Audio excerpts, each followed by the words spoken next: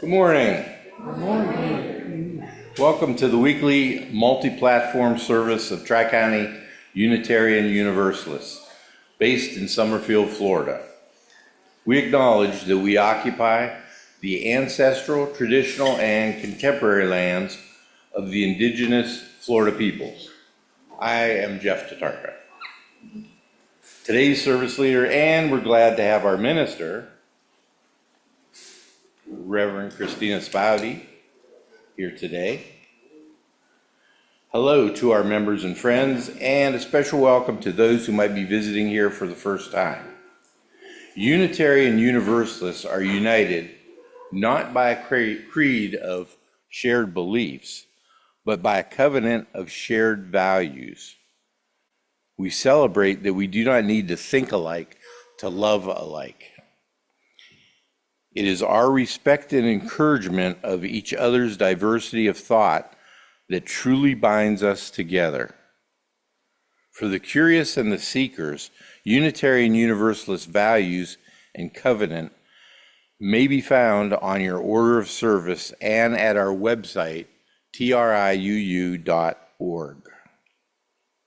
Our newsletter can also be found there under News and Views. We have some announcements, but again, as usual, please mute your phones or put them in airplane mode. Please stay after today's service and join us for the monthly bagel breakfast. Next Sunday, May 31st, is our 5th Sunday special collection for the Minister's Discretionary Fund. These are unusual times, and there's a need to replenish the minister's discretionary fund to assist those congregants who are facing unexpected financial challenges. Please consider a donation for this 5th Sunday special collection. Cash donations or checks written to Tri-UU with 5th Sunday on the memo line will be accepted. Please mark your calendar for the last forum until the fall on Thursday, June 11th, and it'll feature the esteemed international law scholar, Dr. Mark Welton. He will speak on the timely topic of Iran, current crisis, and future prospects. 4 p.m. forum will be followed by potluck. On Flag Day, June 14th, the Committee for the First Amendment will be hosting Rise Up, Sing Out, a concert for the First Amendment, an uplifting evening of song, solidarity, and action, featuring an all-star lineup of performers. This 90-minute concert event will celebrate the freedoms guaranteed by our First Amendment and the people power that both fuels these rights and is essential to guarantee them. This aligns wonderfully with our UU values, so we'll have a watch party here for the Tri-UU family and friends. We'll meet at 6:30 p.m. and the live stream starts at 7. Join us, bring your own beverage, and let's celebrate the First Amendment together. There are flyers in your order of service, and contact Helene if you have any questions. Are you curious about Unitarian Universalism or interested in learning more about Tri-UU? Join Reverend Kristina and Helene Krischbaum for our New to UU class on Tuesday, August 11th from 10 to 12:30. We'll explore the values and beliefs of Unitarian Universalism and introduce you to the This is a great opportunity for newcomers or anyone who is seeking to deepen their understanding. To sign up for the class, please add your name to the list in the corner of the room. Reverend Kristina has another announcement. I have an unauthorized announcement. Late on Friday, I received an email from the General Assembly staff. It says, Tri-County Unitarian Universalists is one of a select number of congregations that has already exceeded its delegate allotment in paid General Assembly registrations for GA 2026. I believe that's one. So, okay. They wrote, "We would like to invite your congregation to participate in a new all-in congregational promotion. If Tri-UU participates, the UUA will cover the cost of additional GA registrations through this pilot program. Our hope is that this pilot will help congregations gather, connect, and experience General Assembly together in new ways through shared viewing, discussion, worship, and participation. We need to reply by May 29th, this Friday, which is why this is an unauthorized announcement, came on urgently. So if you're interested in attending General Assembly and or hosting some GA events for the congregation, please let Cindy and me know. Thank you. General Assembly is June 14th through 21st, and this will be for virtual attendance. Yes, so online. Yeah.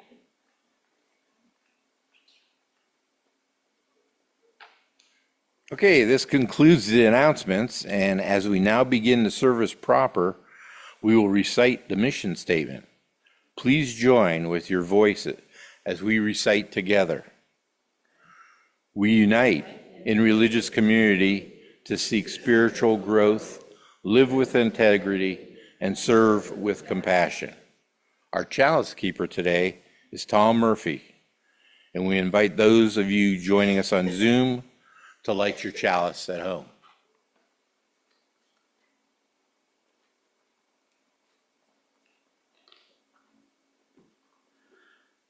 Listen with curiosity. Speak with honesty. Act with integrity.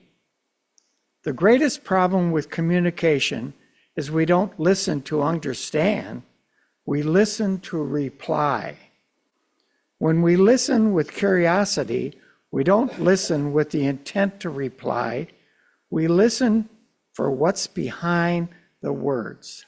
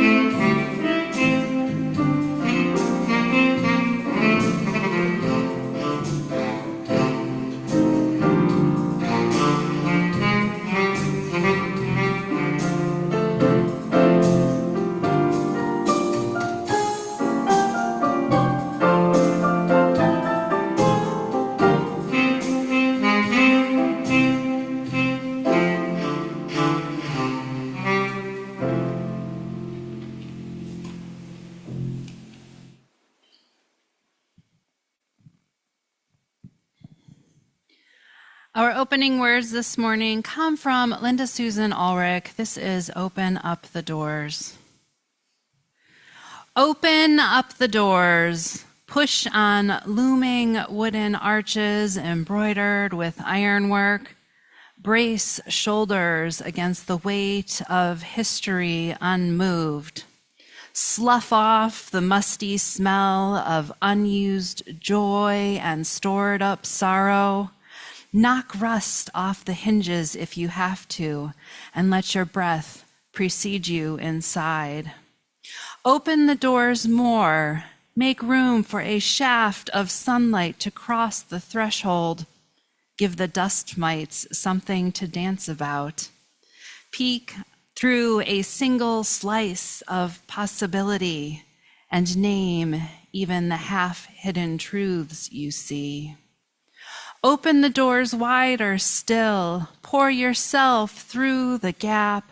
Strut or sneak or sidle as suits you best. Cleanse whatever scrapes catch your skin and bind up the wounds that keep you from entering whole. Open the doors as far as they will go. Draw on the strength of the stones beneath you. Ground yourself in a firm sense of who you are. Stand as a beacon welcoming the next seeker, and shine far beyond the lintel and sill. Open all that you are. Heighten and deepen your connections to the world around you. Broaden your definition of neighbor. Grow into the largest target for grace you can muster, and pray to become a gateway for even greater love and compassion. Open up the doors, dear ones, lest we keep the stranger out and condemn ourselves to prisons of our own making. Come, let us worship together. If you would please rise and lift your voice in song with me for our opening hymn, Morning Has Broken.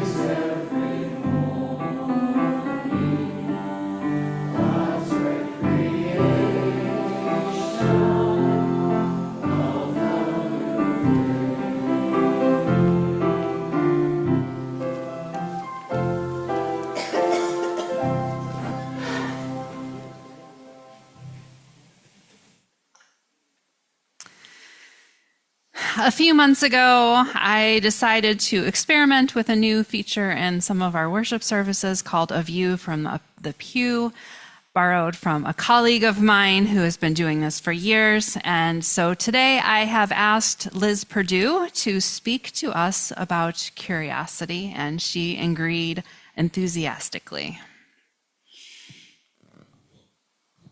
Neat. Good morning, friends. Really curious why Kristina asked me to do this, but I think it's because I'm working with kids now. But I've always been a big fan of the life cycle, the program I taught in. We had pregnant and parenting teens, but we also had a childcare center where our babies were 2 weeks old.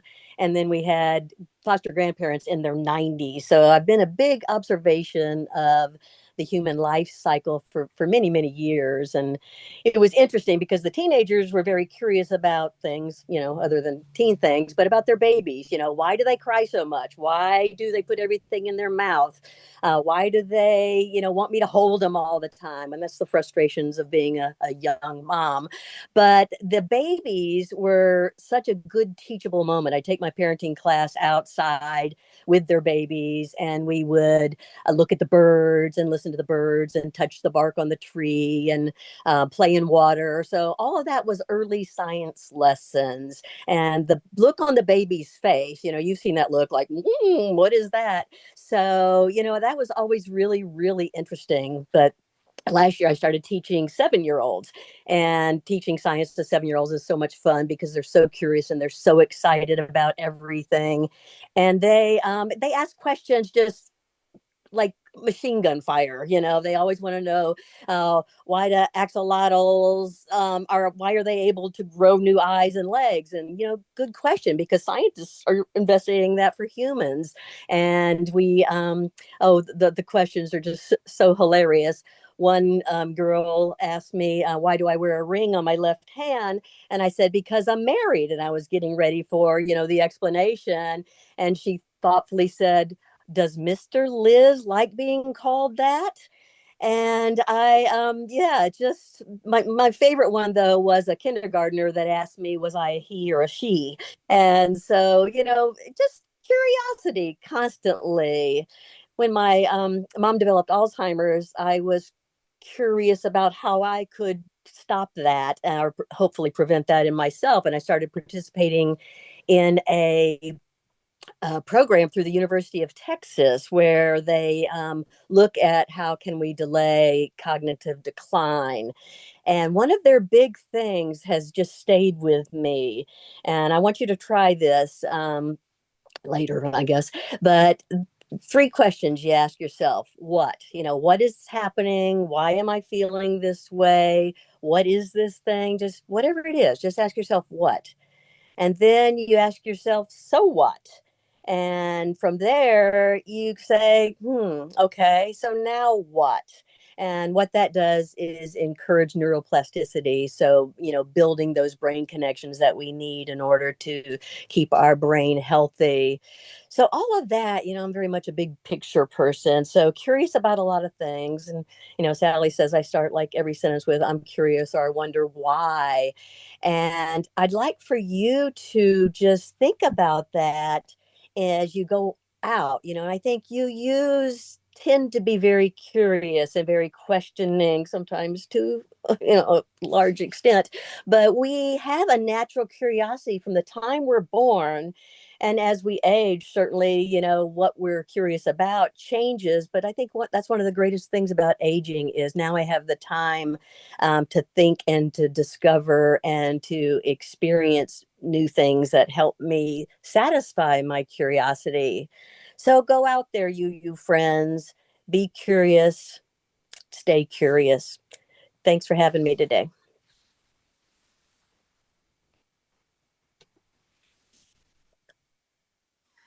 Thank you so much, Liz. The now what Uh-huh. is one that is used as a framework for sermon preparations or in service preparation as well.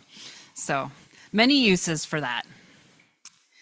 Now, as we move deeper into our service, let us turn inward to consider transitions, the joys, sorrows, and concerns that we all experience in our life's journeys. There are 3 bowls of stones of different colors representing the gratitude of joy, the grief of sorrow, and whatever feeling you're having related to concerns. After those present in the building have placed stones in the water, our ushers will place stones in the water on behalf of those who are not present with us here and those who have chosen not to or who are unable to come forward. Those online are invited to type into the chat to express what is on your heart. When all the stones have been mingled in the water, we will take a moment for silent meditation or prayer. You may now come forward.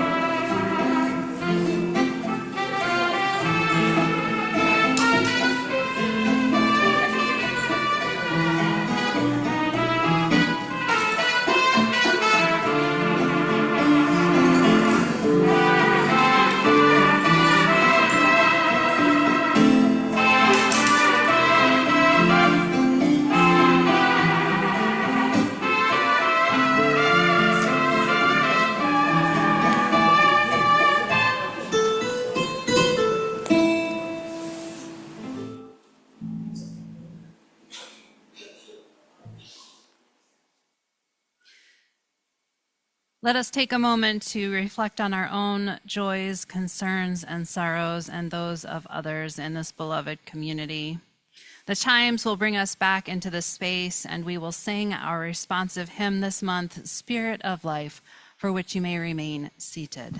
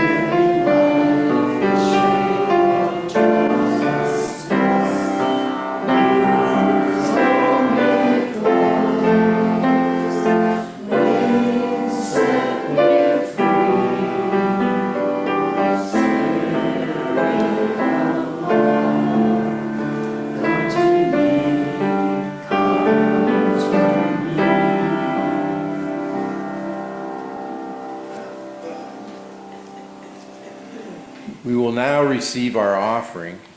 If you are visiting us for the first time, please do not feel obligated to give. You are a guest, and we're happy to have you here with us today. This is the time in our service when those who wish to make some monetary contribution to our congregation's vision and mission give to support the community and its outreach. I invite the ushers to come forward.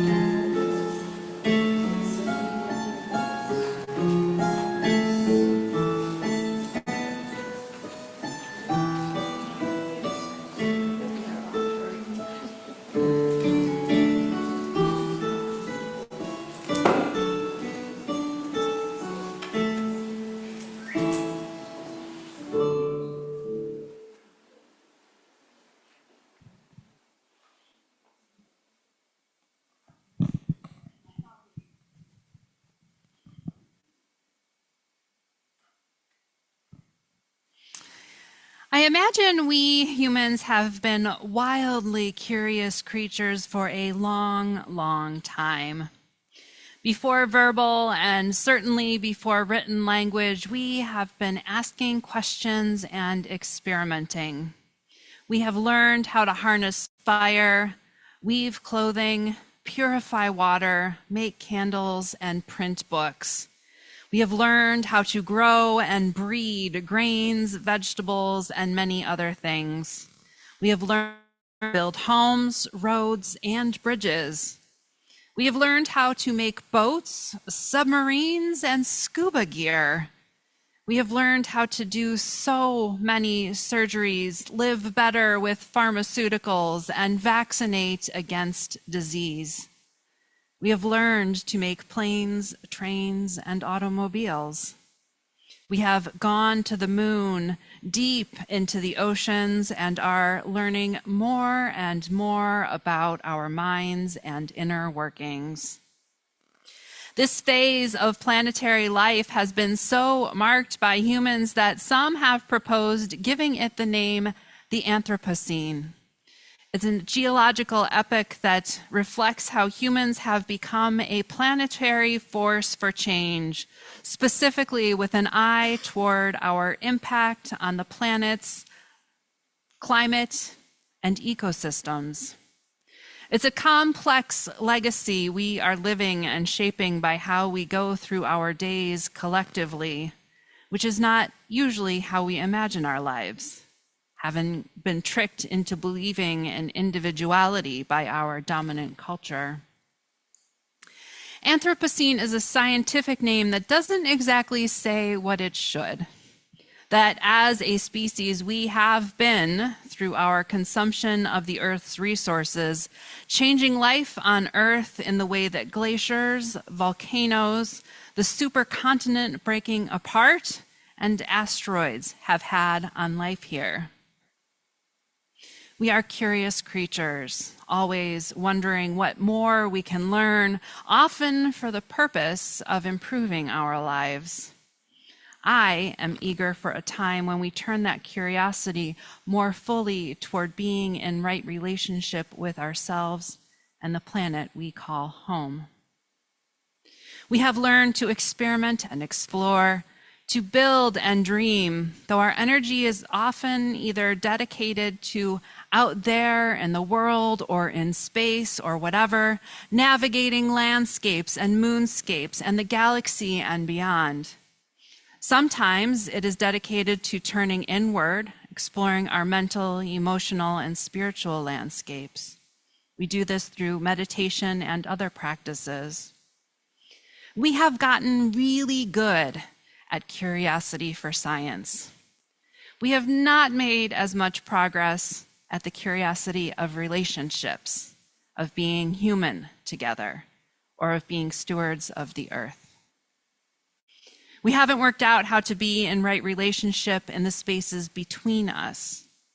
Some parts of the world are doing okay in this area, but many are not.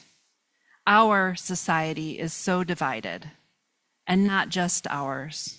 We look at those around us as enemies instead of neighbors. Back when I lived in Kent, our UU congregation would sometimes do interfaith activities with a few other churches and the local Islamic center. Once, the imam spoke about our gathering, naming the importance of connection across difference, and quoted from the Quran, Surah 49, Ayah 13.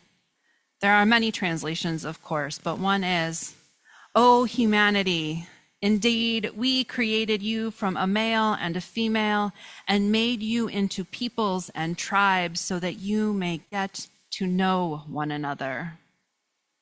That we is Allah or God, proclaiming that they have made each of us different so that maybe we could say that we have something to talk about. We are different because difference invites us to ask questions and to consider different opinions and experiences. Difference is a friction that is meant to create opportunities so that we all might learn and grow.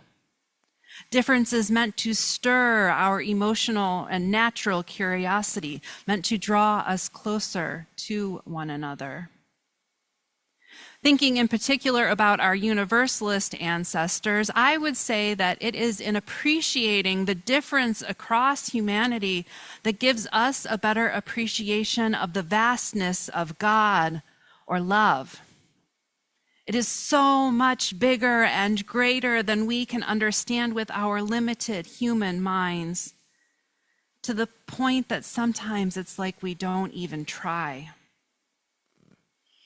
I mentioned a while back that I was moved some months ago listening to an episode from the Convocation Unscripted, their September 26, 2025 episode, Patterns from the Past, Lessons for Our Future.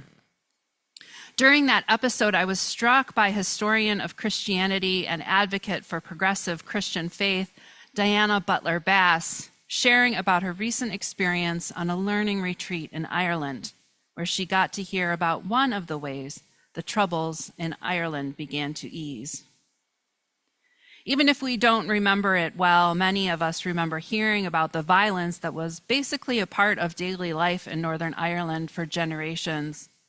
There was intense, deep into their bones hatred from members of the Irish Republican Army and the British, and many, if not overwhelmingly most people in the country. It was a political war waged on both sides, but it was also a religious war, as the political players were also divided by their religious faith and practices. Those decades were bloody, culminating with the beginning of the time known as the Troubles in 1968. The Troubles ended in 1998 with the signing of the Good Friday Agreement. The Troubles was a time of even greater conflict, with rioting, paramilitary and state violence, guerrilla warfare, assassinations, tit-for-tat killings, bombings, and massacres. More than 3,600 people were killed and more than 50,000 more were injured. And the entire area lived with mental, emotional, and sometimes spiritual trauma. I don't know if any of you have seen the Banshees of Inisherin, but it's that kind of experience. probably very similar to what most of us may see as gang-related violence on television or in movies. One side does something and the other side retaliates, and then they go back and forth with increasing escalation, causing extensive harm and death. Bass shared that during her visit, she learned about the secret peace process that began in the early 1970s when two Catholic priests began wondering what they could do to move their divided country toward peace. They committed together to finding ways to be in relationship with their Protestant neighbors. First, the Catholic clergy reached out to Protestant clergy who they thought would be open to considering conversation between the two sides. It was very slow going. Over time, they began to increase the circle, inviting in trusted lay people from both sides.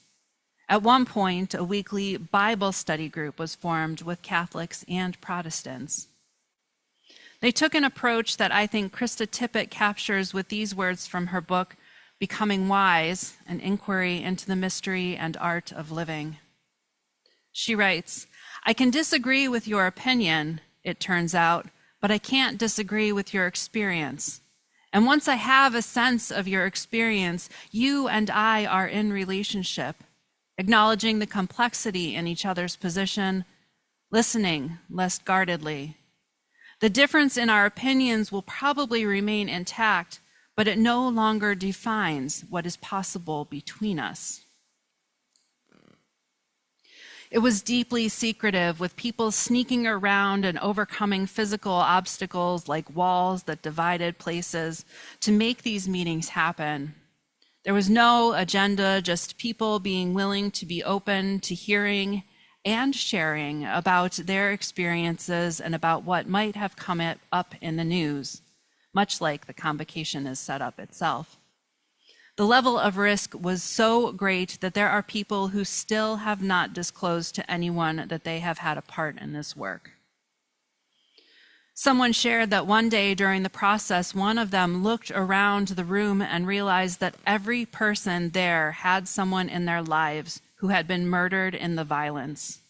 So the risk was truly great. The risk of backlash, of being found out, but also the risk of being able and willing to be vulnerable with people who represented those who had caused trauma in their lives. These conversations were not part of the big peace process that we may know a little bit more about, the political process, which some clergy were also involved in, that resulted in a changed political landscape for Ireland with that Good Friday Agreement that remains in effect today. And it has not resolved all the issues in Ireland between different political groups and religious identities. But it did lay the groundwork for reconciliation among those in the whole community, people who were able to consider, for the first time in generations, being curious about their neighbors.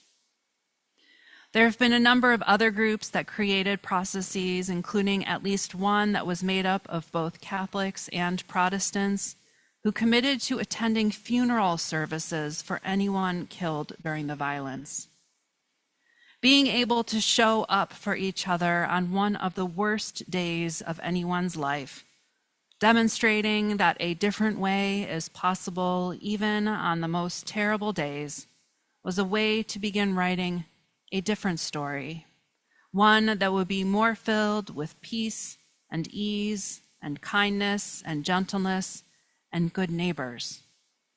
There's a generosity that comes from being fully present to others, a generosity that can lead us toward relationship. As Tippett writes, the question of what it means to be human now is inextricable from the question of who we are to each other. It's a tender experience to sit with another in their grief and anguish, especially when the impulse to fix or do something is stifled. The problem is much too large for one person to try to address, even more so in a space so fraught and fragile. I keep coming back to this, that it is important to hold one another accountable, that we protest the wrongs and the harms and the oppressions, and that we open ourselves to move beyond our own stuff, to witness to one another, that we might learn to find ease in risk, to borrow a phrase from John O'Donohue, as we seek to know and be known and strive to live in the world in a way more in alignment with our values and our hope to leave the world better than we found it. Tippett again writes, "Love is the only aspiration big enough for the immensity of human community and challenge in the 21st century. Love is another word that is a bit or a lot ruined, something we routinely speak of as something to fall into and fall out of, but as a piece of intelligence about what makes us human and what we are capable of. It is a virtue and a way of being we have scarcely begun to mine. People who have turned the world on its axis across history have called humanity to love. It's a time to dare this more bravely in our midst and dare learning together how love can be practical, creative, and sustained as a social good, not merely a private good. All this to say, my prayer for today is that we learn to turn toward each other with the same holy curiosity that we do with so much of the world, that we can learn to gather in hope, compassion, and strength, to borrow a phrase from UU singer-songwriter Jim Scott, to gather in hope, compassion, and strength across our differences.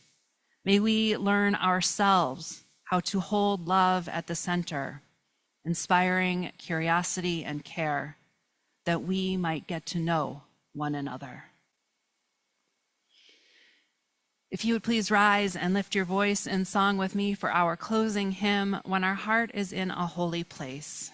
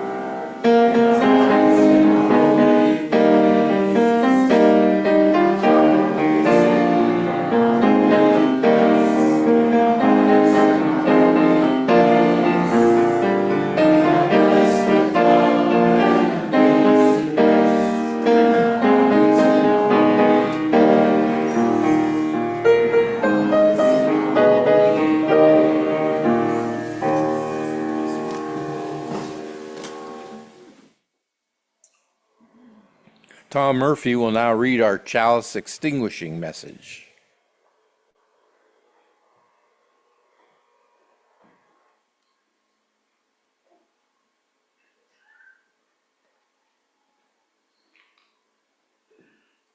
It is simply this: do not tire, never lose interest, never grow indifferent. Lose your invaluable curiosity and you may die.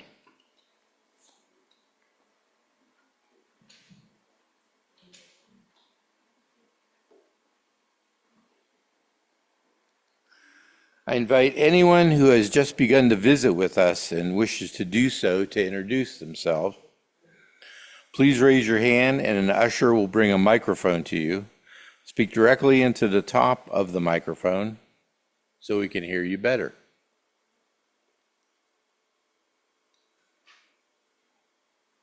Don't see anybody new. If you'd like to receive regular communications on upcoming Try UU events, please take and fill out a guest card, which will be available at the door after the service. On August 11th, there'll be a class for those wanting to know more about Try UU, and please sign up at the table in the back if you're interested.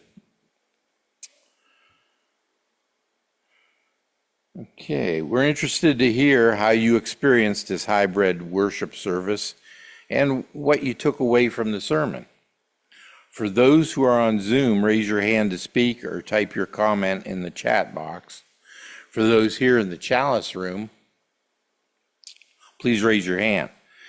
If there's time, Reverend Kristina will call on you, and please share your name, speak directly into the microphone so we can hear you.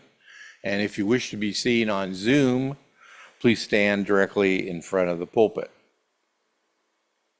Keep comments brief and on topic, and no announcements, please.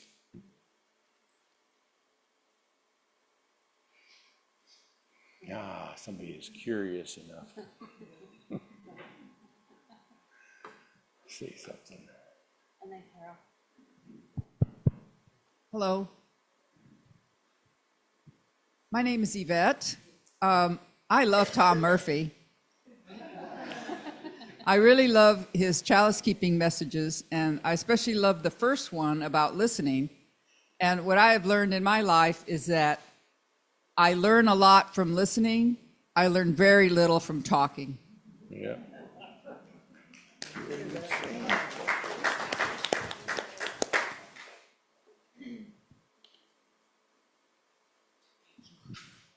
Good morning, I'm Carol.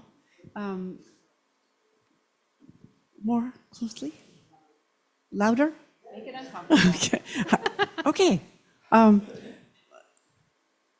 Curiosity for me, the most delightful part, is the other human that's across from me and the other one that's over there. You're all so delicious. I just so enjoy that kind of growth. And I just so appreciate you pointing it out, that we can be curious about everything in so many ways. I'm even curious about sparrow-tailed birds. But I'm curious about everything, but mostly it's all about you people. It's all of you. I want to know you better. I grow because of that. Thank you so much. Thank you, Carol. Cindy and Andrea and Helene, go ahead. I'll go real quick. I just, Carol, I was just thinking, because yesterday, some of us were really privileged to be at your lovely coffee yesterday morning. And what Carol did was she brought her neighbors together with some members of our congregation. And I met this woman who lived all her life in a farm in Arkansas, and I learned so much about what farmers think about and how she could still hear the cows in Florida and such. And I met another woman who's on her way to Chile, and I met all these people who are just so fascinating. And I just think, isn't it wonderful when we can bring others into our circle and really get to know them and share what's special about us too? Thank you. Thank you.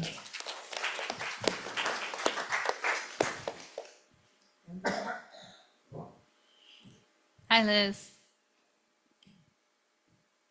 You are muted, I think. Sorry. So many years ago, teenagers had a word. It's called ditting, ditting, and that means that instead of listening to the person, you're thinking about what you're gonna say.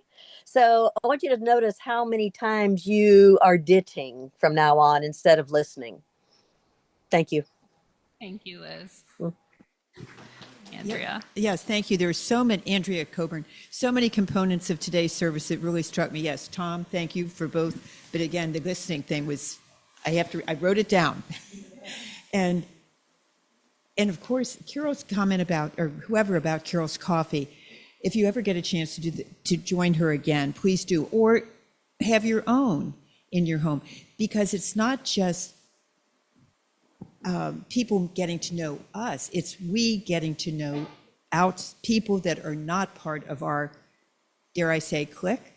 Another thing that struck me poignantly today is going up to the cares and concerns. I love that say it, ritual, ceremony, whatever. And sometimes I think there's maybe too much jocularity, that people have really heavy things in their heart, and putting them up there. And maybe it should be a little bit more somber for those people. And I think there's something to that, to be sensitive to that some people are not putting joys in. But what struck me today was the sharing. And people, it's not just mixing the stones in the water. It's us mixing with each other as we go up, and just nodding or touching or acknowledging people just with a nod. I think that's part of it, the actual processing, whatever, the mingling as we walk, as much as the symbolic gesture of the stones mixing in the water. Thank you, Andrea. Helene. I couldn't help but thinking about the Ireland, Northern Ireland stuff and all that went on. I just wish that Israel and the Palestinians and all that would have that same kind of curiosity and be able to talk to each other and do that kind of stuff too. So that was in my heart as you were talking about that. Thank you. And Carol Ford told me that there are two people that are neighbors of hers that are very interested in possibly coming here. So it was a great outreach. All right. Our closing words come from Barbara Peskin. Because of those who came before, we are. In spite of their failings, we believe. Because of and in spite of the horizons of their vision, we too dream. Let us go remembering to praise, to live in the moment, to love mightily, to bow to the mystery. Nope.